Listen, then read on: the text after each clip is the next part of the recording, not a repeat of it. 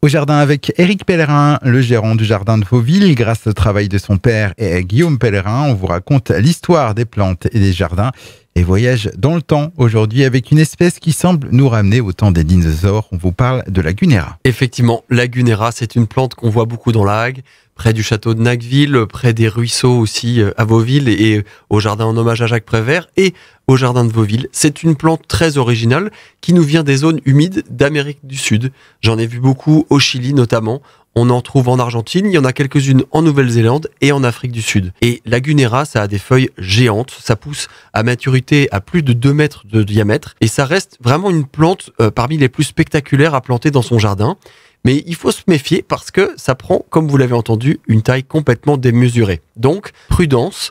Et vous allez voir que ça peut souvent dépasser vos attentes en termes de densité. Alors, quel type de sol il faut pour cette espèce? Alors la Gunera, c'est une espèce qui est originaire des forêts humides et tropicales. On l'appelle souvent, à tort d'ailleurs, la rhubarbe géante.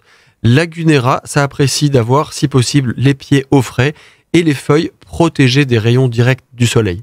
Alors, c'est curieux parce qu'au jardin de Vauville, elles sont en plein soleil, mais elles vont préférer vraiment les zones d'ombre et demi-ombre, et surtout, elles vont aimer le fait d'être les pieds dans l'eau, si vous voulez. Donc on peut bien les nourrir. Il faut une terre riche, profonde, mais en même temps aérée, et surtout humide.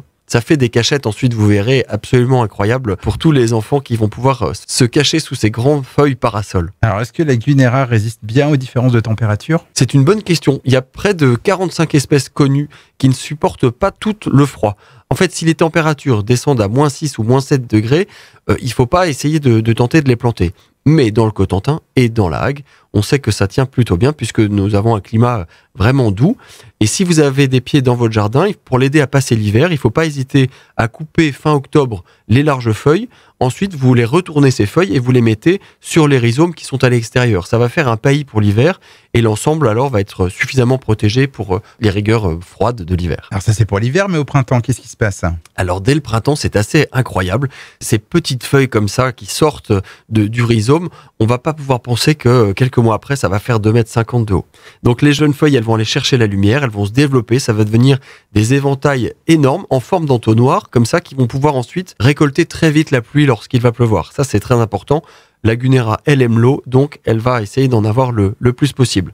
Donc les Guneras, elles sont vraiment implantées de préférence près des rives d'un étang, le long d'un cours d'eau, d'un ruisseau. Et vous allez voir aussi, voilà, ces feuilles, elles vont s'épanouir. Ça va être un feu d'artifice végétal qui va créer un cadre très dépaysant. Et puis il y a ce vert comme ça qui est très puissant. Ça va vraiment porter dans vos jardins une note tropicale.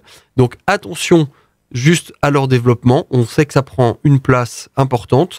Méfiez-vous. Donc quand vous les placez, il faut trouver le bon endroit où vous avez envie vraiment de meubler. Ça va prendre une taille hors du commun et vous le verrez, c'est une plante vraiment appréciable pour le décor qu'elle crée. Eh bien, merci Éric Pellerin, donc le gérant du jardin de Vauville. On rappelle le site internet jardin-vauville.fr. Quant à nous, eh bien, on se retrouve dans 15 jours pour d'autres histoires de plantes.